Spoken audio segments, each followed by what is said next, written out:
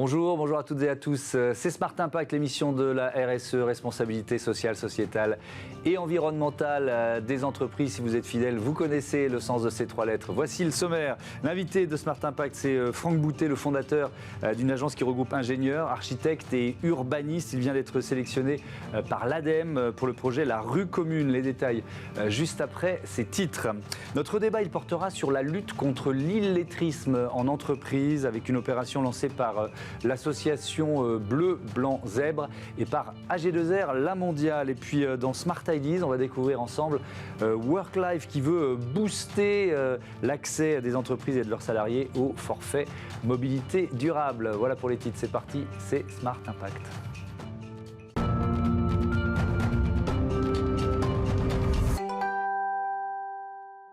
Bonjour Franck Boutet, bienvenue. Bonjour. Vous avez créé l'agence de consultants qui porte votre nom en 2007. Et j'ai relevé ça en préparant l'émission. Votre ambition, c'est d'être climato-actif. Ça veut dire quoi? Présentez-nous votre agence. Alors nous, on existe depuis 2007 en effet, donc on fait partie des structures pionnières dans les enjeux de la transition écologique, transition énergétique, environnement. En fait, les termes évoluent, développement durable, un peu à toutes les échelles, bâtiments, quartiers, villes, territoires. Alors climato-actif, en fait, c'était juste un petit pied de nez sur une carte de vœux à un moment, le moment où en fait les gens débattaient un peu, mais le changement climatique est-ce réel, quid du GIEC. En fait, ce qui est pas mal avec le Covid, c'est que ça a accéléré la prise de conscience, mais ça n'était pas tant le cas. Donc nous, climato-actif par rapport à climato-sceptique, évidemment porté par exemple, par certains. Et heureusement, ils sont, enfin on l'espère, de moins en moins nombreux. De moins en moins nombreux. Il y a plein de projets, il y a beaucoup de chantiers évidemment en cours. Pour bien comprendre ce que vous faites, est-ce qu'il y en a un peut-être plus emblématique que les autres, actuels ou plus anciens, dont vous pourriez parler, qu'on comprenne bien ce que ça signifie pour une agence comme la vôtre? Alors nous, en gros, ce qu'on cherche à faire déjà, c'est répondre à des enjeux, à des besoins et réduire les impacts, générer de la valeur. Donc je disais un peu à toutes les échelles, j'aime bien dire du matériau au territoire. Donc on peut travailler sur la qualité d'un procédé constructif ou d'un nouveau matériau, mais on peut aussi travailler sur des stratégies de développement territorial avec toujours en ligne de mire vraiment la soutenabilité, le moindre impact des projets sur lesquels on intervient. Donc on a pu par exemple travailler sur la rénovation de la nef du Grand Palais pour arriver à climatiser de façon naturelle la nef du Grand Palais. Oui, parce que là, il y a de la superficie à climatiser. C'est un volume de 500 000 m3, donc c'est pas très simple. Et en plus, comme c'est patrimoine, du coup, on ne peut pas mettre en place des systèmes visibles que l'on entend, etc. Donc là, c'était vraiment un enjeu très complexe. Après, on peut travailler sur des échelles urbaines. On travaille sur le quartier de la gare Montparnasse. Actuellement, on est retenu parmi les équipes sur le parvis de Notre-Dame. Donc voilà, quelques beaux sujets parisiens, franciliens, nationaux et un peu internationaux. Bon, votre entreprise a été sélectionnée par l'ADEME, l'agence de la transition écologique, pour intégrer le groupement Rue Commune. Déjà, je voudrais comprendre ce que c'est quoi ce groupement Rue Commune, de quoi s'agit-il? Alors, la Rue Commune, déjà, on est 3 acteurs principaux. Donc, il y a l'agence Richer Associés, donc qui travaille vraiment sur les questions d'urbanisme, d'architecture, de transport. Donc, c'est une agence qui est un peu pionnière aussi sur le développement des infrastructures de transport type tramway en ville. On travaille avec Léonard, j'aime bien dire Léonard de Vinci, je trouve le nom magnifique. C'est la plateforme de prospective et d'innovation du groupe Vinci. Et puis nous, donc, sur les enjeux de la transition écologique, de l'environnement, de la soutenabilité. Donc, c'est 3 structures. Et après, il va y avoir des contributeurs primaires et des contributeurs secondaires parce que c'est un projet particulier. Pour nous, c'est une grande première. C'est un appel à commun. Donc, on fabrique un projet, mais aussi, surtout, une communauté. Oui, c'est ce que j'ai vu, effectivement. La mise en commun, c'est la méthode pour mener cette transformation des rues de nos villes, tout simplement. Ça veut dire quoi, concrètement, la mise en commun ? Alors en fait là, donc c'est un appel à commun, c'est-à-dire que l'idée c'est de produire surtout du savoir. C'est vraiment l'équivalent de l'open source dans le domaine numérique. Donc c'est produire un savoir qui sera utilisable et utilisé, on l'espère, par tous. Donc nous, en fait là, c'est pour ça que je disais c'est très particulier.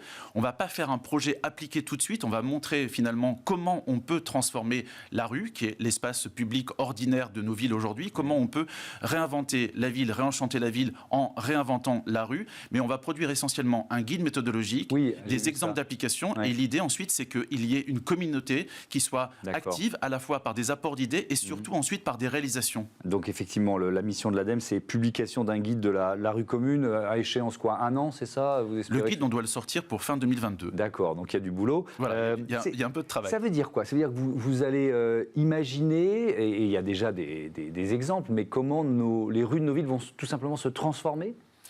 Oui, c'est ça l'idée. Alors, il y a quand même aussi quelques indicateurs. Par exemple, si on prend le ratio entre l'espace qui est dédié aujourd'hui à la voiture parmi l'ensemble des espaces dédiés à la mobilité, Paris, c'est assez caricatural. Il y a 52% de l'espace des mobilités, en fait, qui est attribué à la voiture. Pourtant, les déplacements à Paris, il n'y en a que 13%. On se plaint toujours de l'omniprésence de la voiture dans Paris. Il n'y a que 13% des déplacements intramuros qui se font en voiture. Ce qui fait qu'il y a beaucoup trop d'espace par rapport à l'usage même de la voiture. Oui, donc l'idée, c'est contre-intuitif ce que vous êtes en train de dire. En fait, c'est contre-intuitif. Surtout qu'on enregistre cette émission un jour de grève à la RATP, donc c'est vraiment contre-intuitif. Mais Paris est vraiment très caricatural de ce point de vue-là, mais c'est quand même vrai dans beaucoup de métropoles. En fait, on a plus de 50% de l'espace, on va dire de l'espace vide en ville, l'espace dans lequel on peut se mouvoir, qui est dédié à la voiture. Mais en fait, quand on regarde les parts modales, c'est-à-dire finalement combien de déplacements se font en voiture, c'est beaucoup moins. Ça veut dire qu'en fait, on a beaucoup trop d'espace pour un usage qui est finalement assez limité. Donc, il faut faire place à d'autres mobilités déjà, et il faut faire place aussi à d'autres éléments qu'on doit trouver en ville qui permettent vraiment d'entamer la résilience changement climatique. On pourra y revenir. Bon, la présence du vivant, la présence de l'arbre, la présence de l'eau, la présence du sol fertile, etc. Donc, en fait, il faut vraiment redonner la place à des éléments qui aujourd'hui ne l'ont pas et qui sont vraiment des vecteurs, soit d'une mobilité douce, soit d'une résilience au changement climatique, soit aussi de nouveaux usages. Parce que le Covid nous a appris évidemment que l'espace public pouvait être utilisé par autre chose que ce qu'on pensait avant le Covid. Donc dans ce guide, il y aura une partie diagnostic et une partie action. Le diagnostic, sur quoi il va porter c'est quoi? Vous allez vraiment faire une sorte d'audit de nos rues et de nos villes? Alors, pas toutes les rues, en fait, on va donner une méthode. En fait, le guide, c'est essentiellement une méthode. Donc, c'est une méthode de diagnostic pour dire finalement qu'est-ce qui peut devenir rue commune. Toutes les rues n'ont pas vocation à devenir rue commune, parce que l'idée, sinon, après, il n'y aurait plus du tout la possibilité de se mouvoir en voiture. Donc, on va très certainement laisser les grands axes tranquilles pour le déplacement des véhicules thermiques. Demain, on espère électrique.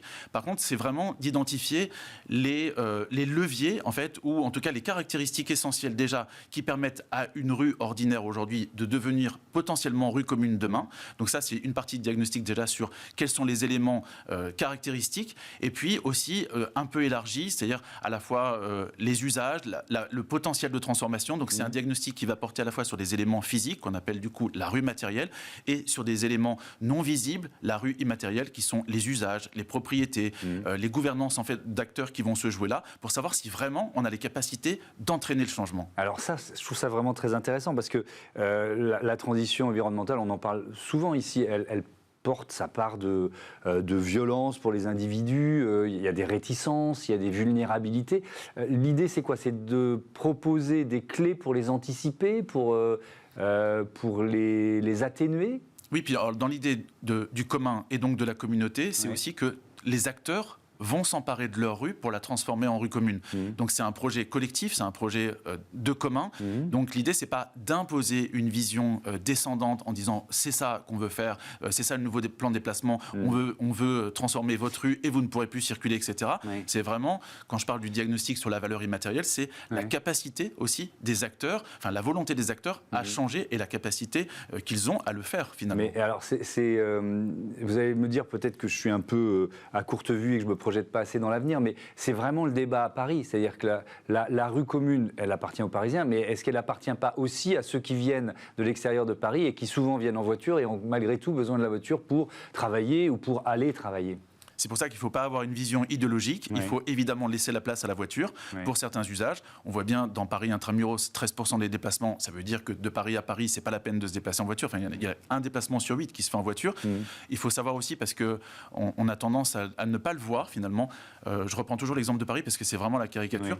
Il y a 52% des déplacements qui se font par la marche. Donc un déplacement sur deux se fait en marchant. Alors ça, c'est vrai que c'est Paris intramuros. On sait très bien. Et donc là, la vision territoriale aussi qu'on va avoir dans le cadre du diagnostic, c'est de se dire, on ne va pas regarder juste la rue pour la rue, on va regarder la rue dans le réseau des rues, dans le réseau de déplacement, et ensuite la communauté, enfin le centre urbain dans la communauté urbaine, etc., et dans l'aire urbaine pour faire des choses en fait qui évidemment ont du sens et ne pas couper des voies de circulation qui étaient absolument indispensables. On termine dans le chapitre action de ce guide. Vous allez proposer quoi? Des schémas de transformation, en quelque sorte Des schémas de transformation. Donc, quand je disais en fait gagner de l'espace, c'est qu'aujourd'hui, on a beaucoup d'espace qui est finalement pas utilisé pour un seul véhicule de mobilité qui est finalement relativement peu utilisé. Donc, c'est une forme de foncier caché, on pourrait dire ça.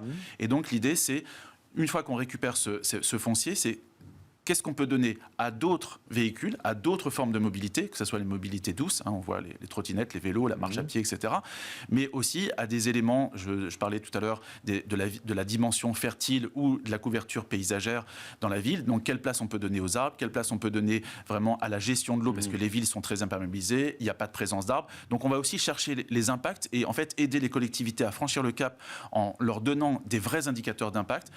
Petit indicateur comme ça essentiel, si on passe d'un revêtement asphalté, donc plutôt sombre, à un revêtement stabilisé plutôt clair, en fait on gagne 17 degrés en température de surface. C'est incroyable les effets qu'on peut avoir. Alors ça n'est que 3,5 degrés sur la température d'air.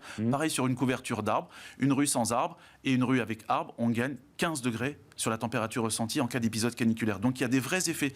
Donc c'est ça aussi qu'on veut montrer, c'est qu'il y a des vrais impacts et donc d'entraîner vraiment le passage à l'acte en disant quand même, il faut bien le faire, non? Mais oui, il n'y a pas le choix de toute façon. Merci beaucoup Franck Boutet. C'est un défi fascinant pour nos générations. Merci beaucoup d'être venu nous présenter ce groupement, la rue commune. On passe à notre débat, comment lutter contre l'illettrisme en entreprise.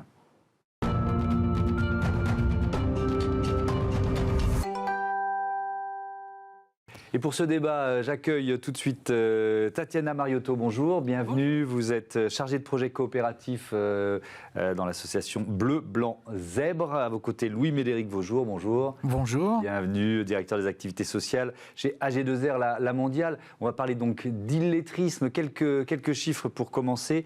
En France, sur 2,5 millions de personnes en situation d'illettrisme, 51% sont salariés. Et puis un focus sur le secteur alimentaire qui estime à 30% le taux de salariés en situation d'illettrisme. Et ça concerne tout le monde, urbain, ruraux, métropole, dom-tom. Tous les territoires sont concernés. C'est l'INSEE qui donne ces chiffres. Comment ils évoluent, ces chiffres, Tatiana Mariotto ? En fait, ce qui est assez surprenant, c'est que les chiffres n'évoluent pas. Il y a eu 3 études assez approfondies qui ont été réalisées en 2004, en 2011, et il y en a une prochaine qui va sortir là en 2022, qui montre qu'en fait les chiffres n'évoluent pas. On est toujours autour de 2,5 millions de personnes en situation d'illettrisme. C'est ça, ça représente quand même 7% de la population.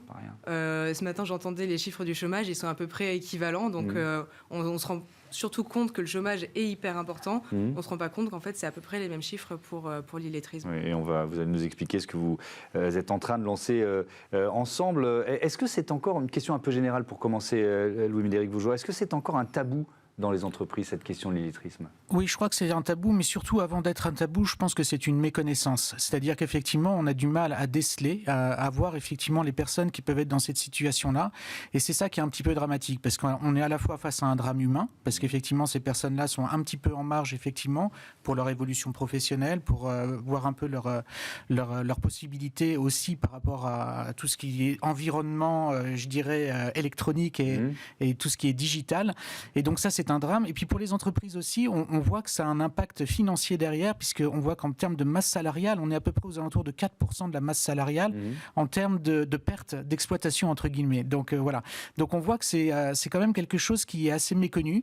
Et je pense qu'effectivement, il y a un vrai combat à mener, en tous les cas, à la fois sur l'information et les possibilités de traiter le sujet. Et vous lancez donc ensemble une action de lutte contre l'illettrisme en entreprise. Avant de la détailler, Tatiana Mariotto, Bleu, Blanc, Zèbre, association, vous nous rappelez en quelques mots la mission de Bleu, Blanc, Zèbre? Notre mission, c'est de faire coopérer tous les acteurs qui peuvent être concernés par un sujet.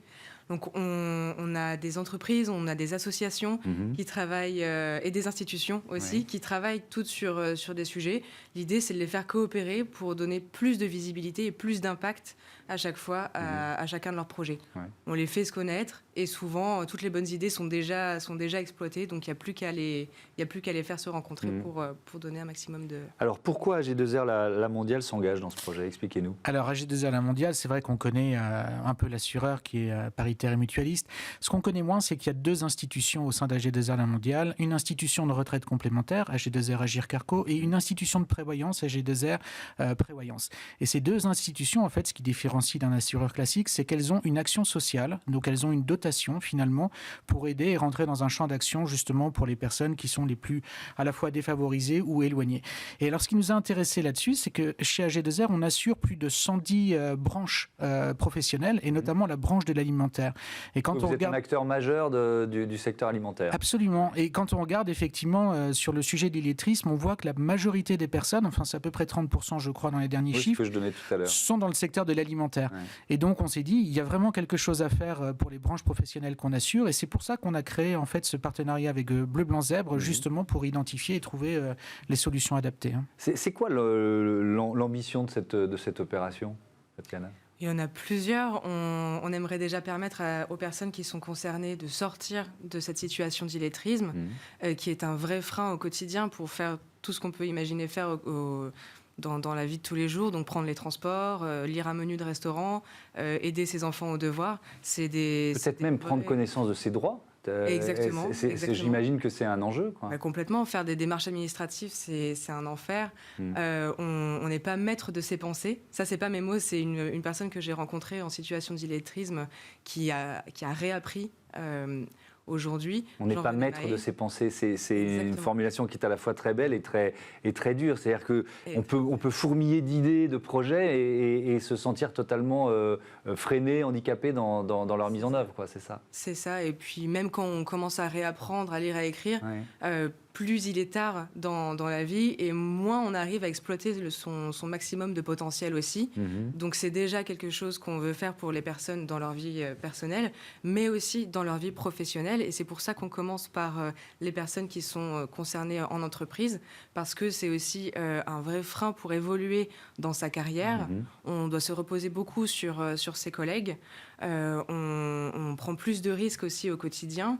Il y a des informations qu'on ne comprend pas, des consignes de sécurité qu'on n'est pas en mesure de comprendre. Et en effet, c'est pour toutes ces raisons que c'est hyper important. Louis Méléric Vaujour, concrètement, qu'est-ce qui se met en œuvre là, comme action, comme type d'action? Alors, dans les types d'actions, déjà, la première chose, c'est de recenser un peu tout ce qui existe. Le but, c'est pas de réinventer effectivement les solutions qu'on peut avoir. Donc, c'est vraiment ça, c'est de trouver déjà tout ce qui existe et puis de coordonner un petit peu l'ensemble. Et puis derrière, c'est de rentrer dans le concret. Le vif du sujet, c'est d'accompagner effectivement la personne qui se trouve en situation d'illettrisme, de lui proposer des solutions derrière. Et grâce à nos partenaires qui sont sur les territoires, l'ensemble des territoires, et Bleu Blanc Zèbre, on arrive effectivement à accompagner ces personnes-là. Donc c'est vraiment une action concrète. De la formation. Il y a de la formation, de l'accompagnement, du suivi, s'assurer qu'effectivement les choses sont bien faites et sont bien gérées. Et puis derrière, dans l'entreprise, de voir l'évolution et de faire comprendre aussi aux autres. C'est ça aussi qui est intéressant pour les collègues de travail, que ces situations-là existent et justement que ça peut être décelé aussi. Il y a tous ces aspects-là en fait, et c'est de la conjonction en fait de tous ces mécanismes qui font qu'on y arrivera. Ouais. Alors, effectivement, il faut être persuadé qu'on va y arriver quand on se lance. Mais j'imagine que quand on démarre une opération comme celle-là, on identifie aussi les freins potentiels, les difficultés que vous allez rencontrer, lesquelles ? Les personnes qui sont concernées par les situations d'illettrisme ne veulent pas être détectées. Donc il y a tout un panel d'astuces d'évitement qu'elles s'efforcent de développer. Donc il y a le fait de dire je vais prendre la même chose que toi au restaurant pour pas avoir à choisir sur le menu. On entend aussi beaucoup l'exemple de j'ai oublié mes lunettes. Mais c'est beaucoup d'astuces qui font qu'on ne les repère pas forcément. Et oui, il y a un côté tabou quand même malgré tout, quoi. C'est pas facile à assumer comme situation. C'est ça, c'est une vraie honte quand on entend ces personnes-là. Elles parlent vraiment d'une honte et elles ne conçoivent pas de ne pas savoir lire et écrire. Pour elles, c'est un échec qu'elles ont vécu depuis longtemps, avec lesquels elles ont appris à vivre.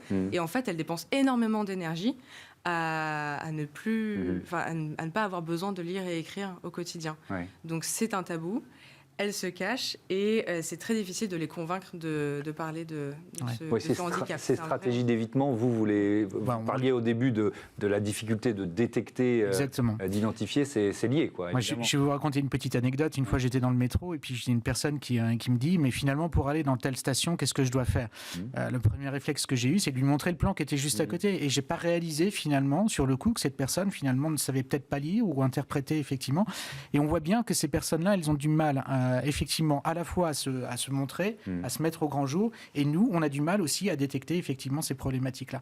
Donc c'est vraiment ça dans les freins, en tous les cas, qu'il faut qu'on arrive à contrecarrer, j'allais dire. Il faut qu'on arrive effectivement à trouver des méthodes pour déceler ces problématiques. Mais il faut faire preuve aussi de subtilité, d'humanité, parce que quand on a identifié quelqu'un qui potentiellement est confronté à cette difficulté, il ne faut pas y aller avec ses gros sabots. Vous voyez ce que je veux dire ? C'est comment on réussit à le convaincre sans le placer encore plus en situation de honte, quoi. Absolument. Mais je crois que tout à l'heure, vous parliez de tabou. En fait, il faut faire en sorte que ce ne soit plus un tabou. Simplement de dire, effectivement, il y a des cas effectivement, dans lesquels on est dans des fragilités de ce type-là. Et c'est de se dire, finalement, voilà, on va prendre le problème à bras-le-corps et puis on va le traiter derrière. Et je crois que c'est ça, c'est casser le tabou et casser les freins dont vous parliez aussi. Ouais. Vous l'avez évoqué, mais je voudrais revenir sur les gains pour les entreprises. Parce que moi, je pense que c'est un argument super important, même très cyniquement, en termes d'efficacité. Il faut le redire. Vous l'avez modélisé, ça, en quelque sorte ? Oui, alors c'est toujours difficile d'avoir... Alors, on est sur des chiffres, des grandes masses, effectivement, quand on parle de 2 à 4%, voire 6% de la masse salariale. En fait, c'est tout ce qui va être absentéisme derrière. Donc, en se disant, voilà, les stratégies d'évitement, bien évidemment, je ne peux pas faire ça. L'évolution professionnelle qui va faire qu'effectivement, on ne va pas pouvoir avancer, je dirais, vers les nouvelles technologies pour ces personnes-là. Et tout ça a un coût, effectivement, pour l'entreprise. Et on voit qu'au-delà du drame humain, effectivement, on est sur ce coût financier derrière. Donc, cet impact-là, en tous les cas, c'est un vrai effet de levier. Parce que si les entreprises, effectivement, s'imprègnent de ça, c'est des financements complémentaires qu'on peut avoir pour aider ces personnes. Évidemment, Tatiana Mariotto, on parle souvent de métiers en tension. Est-ce que ça peut être aussi un moyen de fidéliser vous voyez ce que je veux dire, un salarié qui est concerné et qui pourrait éventuellement aller voir ailleurs et changer d'entreprise. C'est-à-dire que si on s'occupe de lui sur cette question-là, ça peut être un moyen de le fidéliser. Complètement. On a des chiffres aujourd'hui qui montrent que quand on forme correctement ces salariés, il y a une forme d'investissement aussi qui est là pour l'entreprise. La personne va avoir tendance à rester plus longtemps, elle ne va pas démissionner, ça réduit vraiment fortement les turnovers qu'on peut connaître, surtout dans les métiers de l'alimentaire. Et c'est aussi pour ça qu'on le fait, parce que c'est important pour une personne qui a peur du changement. Souvent, les personnes en situation d'illettrisme aussi n'aiment pas être perturbées dans leurs habitudes. Donc, le fait de changer régulièrement de travail n'est pas quelque chose de confortable pour elles. Et en les formant, on va permettre de réduire aussi ces situations déstabilisantes. Pour tout le monde. Merci beaucoup. Merci à tous les deux. À bientôt sur Bismart. Tout de suite, c'est Smart Ideas. Allez, on parle mobilité durable en entreprise.